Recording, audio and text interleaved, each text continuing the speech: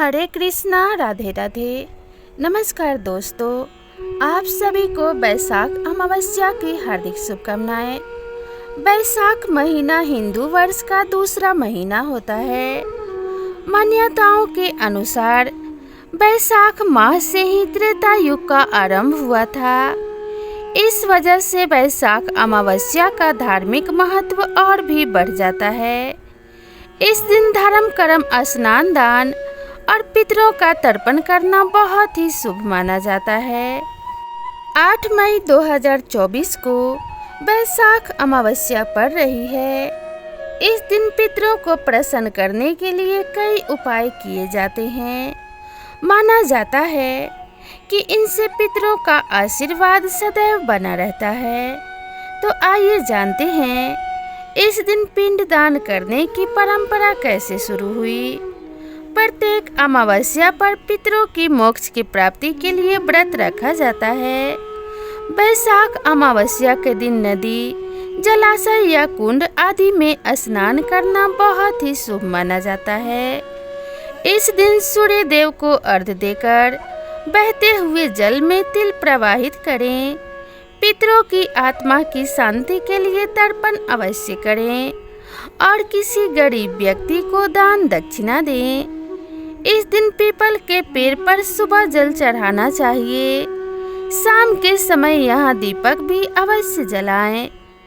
इसके बाद विधि विधान से पूजा करें और वैशाख अमावस्या के व्रत के पावन और पवित्र कथा का श्रवण जरूर करें। तो चलिए वैशाख अमावस्या के व्रत के कथा को शुरू करते हैं।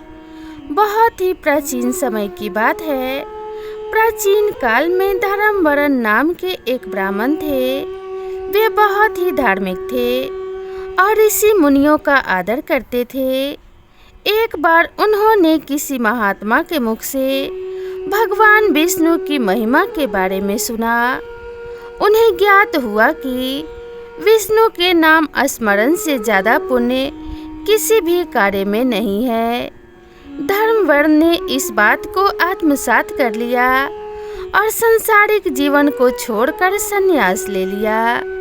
एक दिन भ्रमण करते करते धर्मवर्ण पितृलोक जा पहुँचे। वहाँ उन्होंने पितरों को बहुत कष्ट में देखा।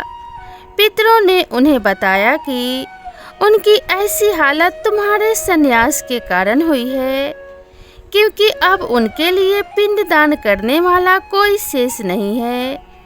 पितरों ने कहा कि तुम वापस जाकर गृहस्थ जीवन की शुरुआत करो, संतान उत्पन्न करो और वैशाख अमावस्या के दिन विधि विधान से पिंडदान करो, तभी हमें कष्टों से छुटकारा मिलेगा।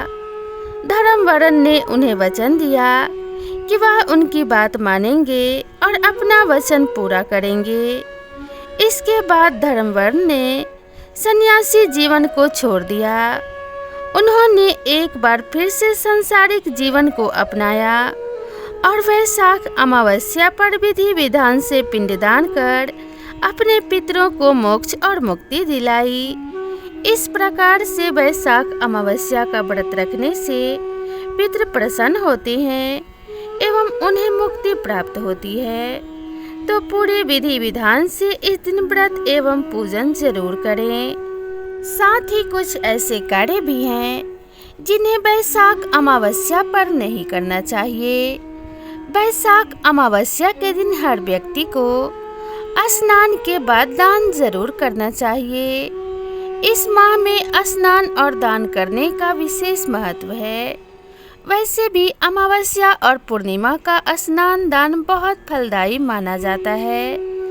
वैशाख अमावस्या के अवसर पर आप जल का दान करें। जल के दान से आपका कल्याण होगा। जल दान का अर्थ है कि आप प्यासे लोगों को पानी पिलाएं या उनके पानी पीने की व्यवस्था करा दें। स्नान के बाद पितरों को भी जल से तर्पण दें। वे खुश होकर आशीर्वाद देंगे।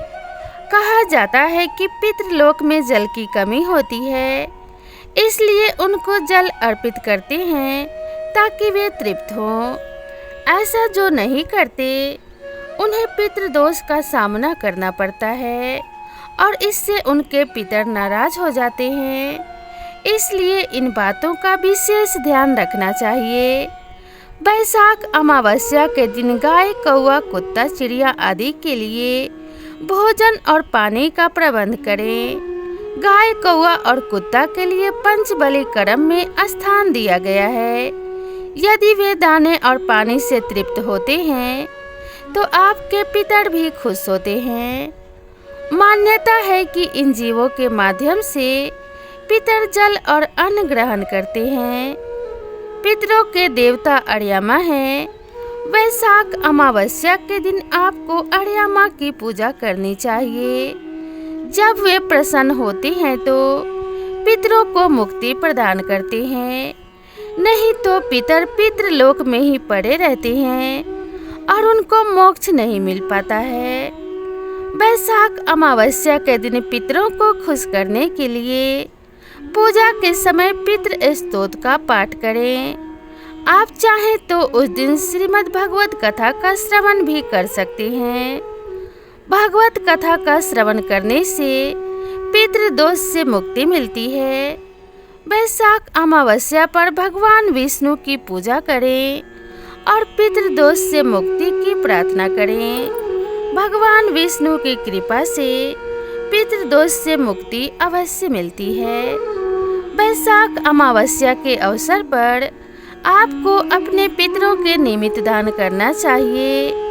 इसमें खास तौर पर आप सफेद वस्त्र, बेड, गाय का घी बर्तन सहित गाय या गोवंश, अन्न, जमीन, सोना, गुड़, नमक, छाता आदि अपनी क्षमता के अनुसार दान कर सकते हैं। इस प्रकार से दान और धर्म करने से आपको पितृदोष से मुक्ति मिलती है और पितरों का आशीर्वाद प्राप्त होता है।